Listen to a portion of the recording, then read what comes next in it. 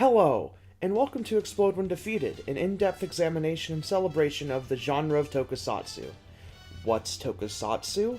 Well, that's a pretty big question, and I'll give a very small answer to that because I may or may not have a big video about that very subject planned for some point in the future. Tokusatsu is basically a genre of action filmmaking primarily propped up by a couple of production studios in Japan making sci-fi and fantasy dramas using practical special effects and suit design.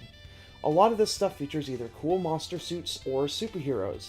Most of the time, both. Explode When Defeated is where I tackle each of the big, long-running television shows propping up the genre in Japan.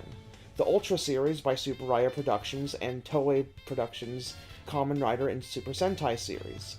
Also, when we start feeling a little spooky in October, we diverge from the usual path to talk about Garo because Garo rules. For the three big shows, we're tackling them at different points in their development. The points that I've arbitrarily deemed as really interesting, though this doesn't mean that other points in the show's histories aren't interesting, this is just where I decided to start. For Ultra, we actually just started at the very beginning with Ultra Q and Ultraman because the Ultra series doesn't get that much play on YouTube, and in the West it's more overlooked than the other two shows.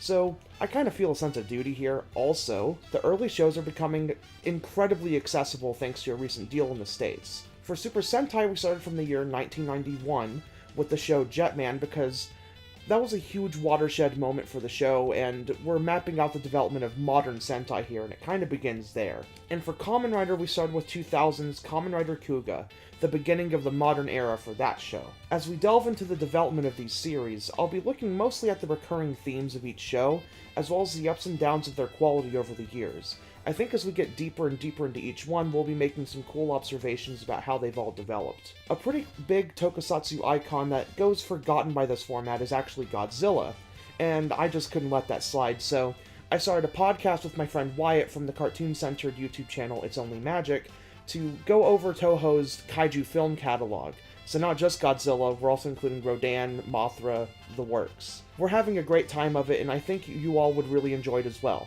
So check it out here on the channel or on Spotify if that's your jam. There's an Explode When Defeated Patreon as well. You get episodes of Explode When Defeated and Discuss All Monsters early, as well as a place in the credits of the show. I'm mainly treating Patreon like a tip jar at the moment until we get to the point where we can really get a whole lot more ambitious about this stuff. So if you want to see the show get to that point where we start getting really ambitious and doing a bunch of ideas and just doing all kinds of stuff, then please consider donating. I've always got some random ideas for the channel knocking around, so expect to see the occasional unique video here and there. I might ask for some input on those random ideas, so follow my Twitter at @anti_laser for any updates if you're interested in my hot takes or my random posts for any reason. Thanks for checking out the channel. I really hope you enjoy my work. And if you want to know where to start, maybe check out the videos on Kamen Rider Kuga, Ninja Sentai Kaku Ranger, or my two-part video on Ultra Q and Ultraman. Alright, see you around.